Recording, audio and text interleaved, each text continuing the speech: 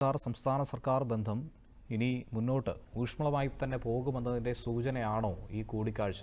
എന്താണ് തോന്നുന്നത്? ഒരു കൺസ്ട്രക്റ്റീവ് ഫെഡറലിസത്തിൻ്റെ മാതൃക നമുക്ക് പാലിക്കേണ്ടതുണ്ട്. യഥാർത്ഥത്തിൽ അങ്ങനെയല്ല അത് നിലനിൽക്കുന്നത്. ഒരു കുടുംബത്തിനകത്ത് സ്വതന്ത്രമായ വ്യക്തികളും കുടുംബബന്ധങ്ങളും നിലനിൽക്കും പോലെ ഒരു രാജ്യത്തിനകത്തുള്ള സംസ്ഥാനവും കേന്ദ്രവും തമ്മിലുള്ള ബന്ധം സവിശേഷമായിട്ടുള്ളൊരു ബന്ധമാണ്. കേരളം ഒരു യാഥാർത്ഥ്യമാണെന്നതുപോലെ ഇന്ത്യയും ഒരു യാഥാർത്ഥ്യമാണ്. അങ്ങനെ വരുമ്പോൾ ഈ ഫെഡറൽ തത്വങ്ങൾ കൃത്യമായി പാലിക്കപ്പെടേണ്ടതുണ്ട്. ദൗർഭാഗ്യവശാൽ ഇന്ന് സംസ്ഥാനങ്ങൾക്ക് ഭരണഘടനാ പ്രകാരം വിട്ടുകൊടുത്തിട്ടുള്ള അധികാരങ്ങളെ പല സൂത്രപ്പണികളിലൂടെ കവരുകയാണ് കേന്ദ്ര ഗവൺമെൻറ്. അതുകൊണ്ട് തന്നെ പലപ്പോഴും രാഷ്ട്രീയമായി പകപോക്കുന്നു എന്ന് തോന്നൽ ഉളവാക്കുന്ന തരത്തിൽ പല കാര്യങ്ങളിലും കേരളത്തെ അവഗണിക്കുന്നു എന്നുള്ള പ്രശ്നം നിലനിൽക്കുന്നു.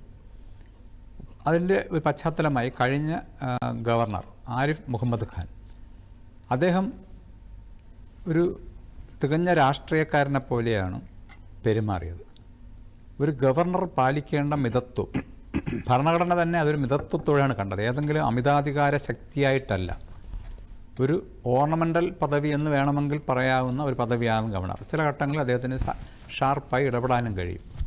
തിരഞ്ഞെടുക്കപ്പെട്ട ഗവൺമെൻറ്റിൻ്റെ മുകളിലല്ല ഒരു പ്രതിനിധിയായി, കേന്ദ്ര ഗവൺമെൻറ്റിൻ്റെ പ്രതിനിധിയായി വരുന്ന ഗവർണർ.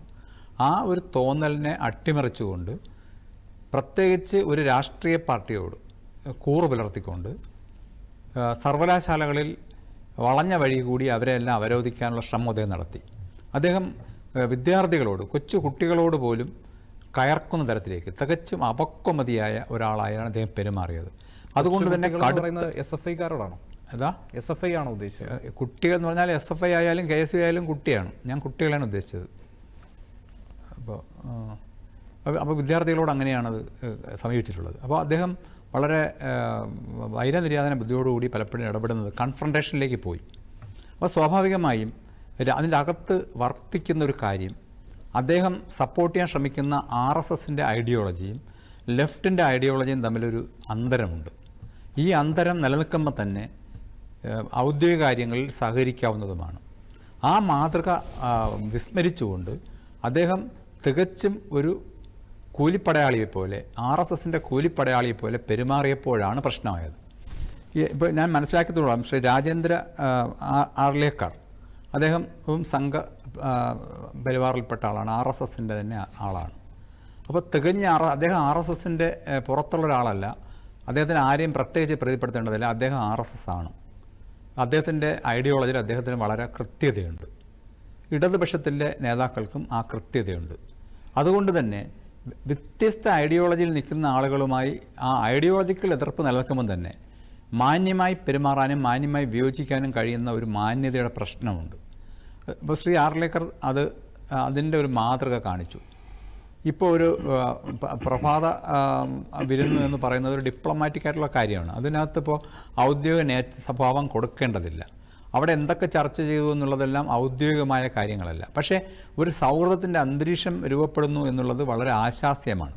ഇതിനൊരു കാര്യം ഓർമ്മിക്കേണ്ടത്, കേരളത്തിൻ്റെ വികസനം, കേരളം എന്ന് കേട്ടാൽ നമുക്ക് നരമ്പുകളിൽ ചോര തിളയ്ക്കണമെന്നൊക്കെ പറയുന്ന പോലെ കേരളം എന്ന് കേൾക്കുമ്പോൾ നമുക്ക് മലയാളികൾക്കൊരു വികാരമുണ്ടാവണം. കേരളത്തിൻ്റെ വികസനം ഇന്ത്യയുടെ വികസനത്തിൻ്റെ ഭാഗം തന്നെയാണ്. അപ്പോൾ അതിനുവേണ്ടി യോജിക്കാൻ തയ്യാറാവണം. അപ്പോൾ രണ്ട് കേന്ദ്രമന്ത്രിമാർ അതിൽ പങ്കെടുത്തില്ല എന്ന് പറഞ്ഞാൽ അതൊരു ഡിപ്ലോമാറ്റിക് ഫെയിലിയർ മാത്രമല്ല, പൊളിറ്റിക്കൽ അല്പത്തരം കൂടിയാണ്. ഇപ്പോൾ കോൺഗ്രസിൻ്റെ നേതാക്കൾ ഇപ്പം അസൗകര്യമുള്ള ആളുകൾ വന്നില്ല, ശരി. അപ്പോൾ അവരെല്ലാവരും പങ്കെടുക്കേണ്ടതാണ്, എങ്കിലും അവർ പങ്കെടുത്തു. അവിടെ സൗഹൃദപരമായി പിരിഞ്ഞു. അപ്പോൾ സൗഹൃദത്തിൻ്റെയും അതുപോലെ തന്നെ രാഷ്ട്രീയമായ എതിർപ്പിൻ്റെയും വേദിയാണത്. അത് രണ്ടും ഉപയോഗിക്കാം. ഇപ്പോൾ സൗഹൃദത്തിൻ്റെ ഒരു അന്തരീക്ഷം കഴിഞ്ഞു. ഇവിടെയെല്ലാം യഥാർത്ഥ പ്രശ്നം ഈ ചായ കുടിയും നമ്മളെ സൗഹൃദവും അതെല്ലാം നല്ലത് തന്നെയെന്ന് പറയുമ്പോഴും നമ്മളെ തുറച്ചു നോക്കുന്ന നിരവധി പ്രശ്നങ്ങൾ ഉണ്ട്. ഇപ്പോൾ ആശാവർക്കറുടെ പ്രശ്നത്തിൽ നമ്മൾ ഇവിടെ റോണി പറഞ്ഞു. അതിൽ ഈ നാഷണൽ ഹെൽത്ത് മിഷനുമായി ബന്ധപ്പെട്ട് ബ്രാൻഡിങ്ങിൻ്റെ ഒരു പ്രശ്നം വന്നല്ലോ. അതായത് എല്ലായിടത്തും പ്രധാനമന്ത്രിയുടെ പടം വരച്ച് വയ്ക്കുക, കാവി അടിക്കുക. അതിനോട് സംസ്ഥാനത്തിന് പലതരത്തിലുള്ള വിയോജിപ്പുണ്ട്. ആ വിയോജിപ്പ് രേഖപ്പെടുത്തിയതാണ്. ആ വിയോജിപ്പുകളെന്നും ജനാധിപത്യപരമായി സംസ്ഥാനത്തിൻ്റെ വിഷയമാണ് ആരോഗ്യം. അതിനെ അതിൽ ഇടപെടുമ്പോൾ സൂക്ഷിച്ചിടപെടാനുള്ളൊരു മാന്യത കാണിക്കാതെ നിങ്ങൾക്ക് ഈ പടം വരച്ച് വെച്ചില്ലെങ്കിൽ അങ്ങനെ ചെയ്തില്ലെങ്കിൽ ഇങ്ങനെ ചെയ്തില്ലെങ്കിൽ പണം തരില്ല എന്ന് പറഞ്ഞുകൊണ്ട് 600 ചില്ലുവാനം കോടി രൂപ പിടിച്ചു വെച്ചിരിക്കുകയാണ്. എന്നിട്ട് യാതൊരു പാർലമെൻറ്റിനെ തന്നെ തെറ്റിദ്ധരിപ്പിക്കുന്ന തരത്തിലേക്ക് നദ്ദ പോവുകയും ചെയ്തു. അപ്പോൾ അത്തരം വിഷയങ്ങൾ, ഇപ്പോൾ വയനാടിൻ്റെ പുനരധിവാസവുമായി ബന്ധപ്പെട്ട പ്രശ്നങ്ങൾ, വിഴിഞ്ഞം പ്രോജക്റ്റുമായി ബന്ധപ്പെട്ട് വയബിലിറ്റി ഫണ്ടിൻ്റെ പ്രശ്നങ്ങൾ, ഈ പ്രശ്നങ്ങളൊക്കെ സംസ്ഥാനത്തിൻ്റെ അതിനെ തുറച്ചു നോക്കുന്ന പ്രശ്നങ്ങളാണ്. അപ്പോൾ ആ പ്രശ്നങ്ങളോട് കേരളം എന്ന നിലയ്ക്ക് കേരളത്തിൻ്റെ ഗവർണർ കൂടി ടീം കേരളത്തിനോടൊപ്പം ചേർന്നുകൊണ്ട് കേരളത്തിലെ പ്രതിപക്ഷ കക്ഷികളും എല്ലാം കൂടെ ചേർന്നുകൊണ്ട് കേരളത്തിന് വേണ്ടി സമ്മർദ്ദം ചെലുത്തുക എന്നുള്ള പ്രധാനപ്പെട്ട കാര്യം, അത് നമ്മൾ പലതരം പ്രശ്നങ്ങൾ കേരളം അഭിമുഖീകരിക്കാൻ പോകുന്നു. ഇപ്പോൾ ജനസംഖ്യയുടെ അടിസ്ഥാനത്തിലേക്ക് പാർലമെൻറ്റ് സീറ്റുകൾ വരുമ്പോൾ കേരളത്തിൽ 10-12 സീറ്റായി കുറയുന്നൊരു പ്രശ്നമുണ്ട്.